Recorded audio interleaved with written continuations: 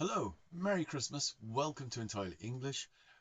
This is my last little Christmas tradition video, and I wanted to talk about the presents.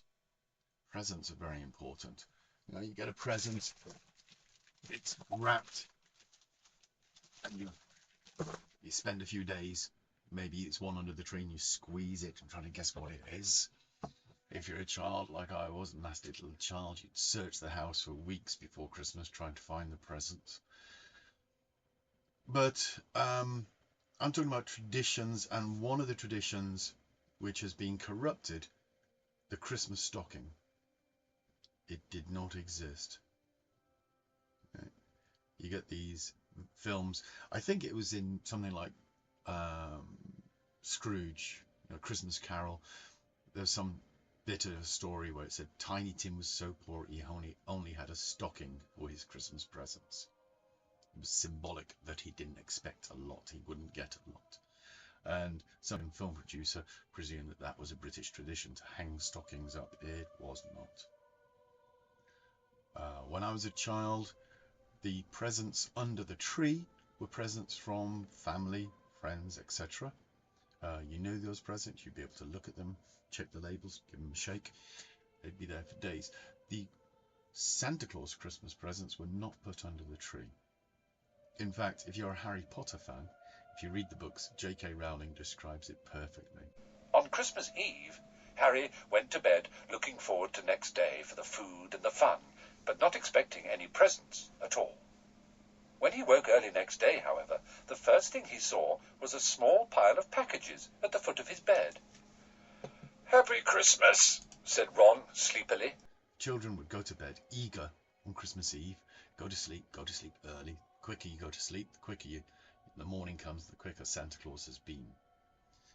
And at the bottom of your bed would be a sack of presents. When I was very young, the sack was just a large polythene bag. And then commercialism started to come in, so by the time I was 10 or so, the bags would be white with a picture of Santa's face on them, something like that. But it was at the bottom of the bed, and you never understood, how did Santa Claus get into your room and put these presents there? It was amazing. Parents are brilliant. So you'd spend the morning pulling out these presents and unpacking them, just like J.K. Rowling describes it with Harry Potter and Harry and Ron opening their presents. Good haul this year. So you'd open your presents, and it's great for the parents because they could sleep in while you're in your room with your presents. Oh, look what I got! Rather than everybody rushing downstairs and waking everybody up. So the presents were at the bottom of the bed, and you'd open them. And then later in the day, you'd go downstairs, and every family had their own traditions. Sometimes before Christmas dinner, sometimes after Christmas dinner. My sister's family opened the presents after Christmas dinner. They all go to the living room and sit around and hand out the presents. Those are the ones from under the tree. So there's a very, very defined difference between Santa's presents and family and friend presents. What about you? If you're a Christian country, do you have your own traditions for Christmas? Are you one of these families that allow everybody to open one present on Christmas Eve before they go to bed?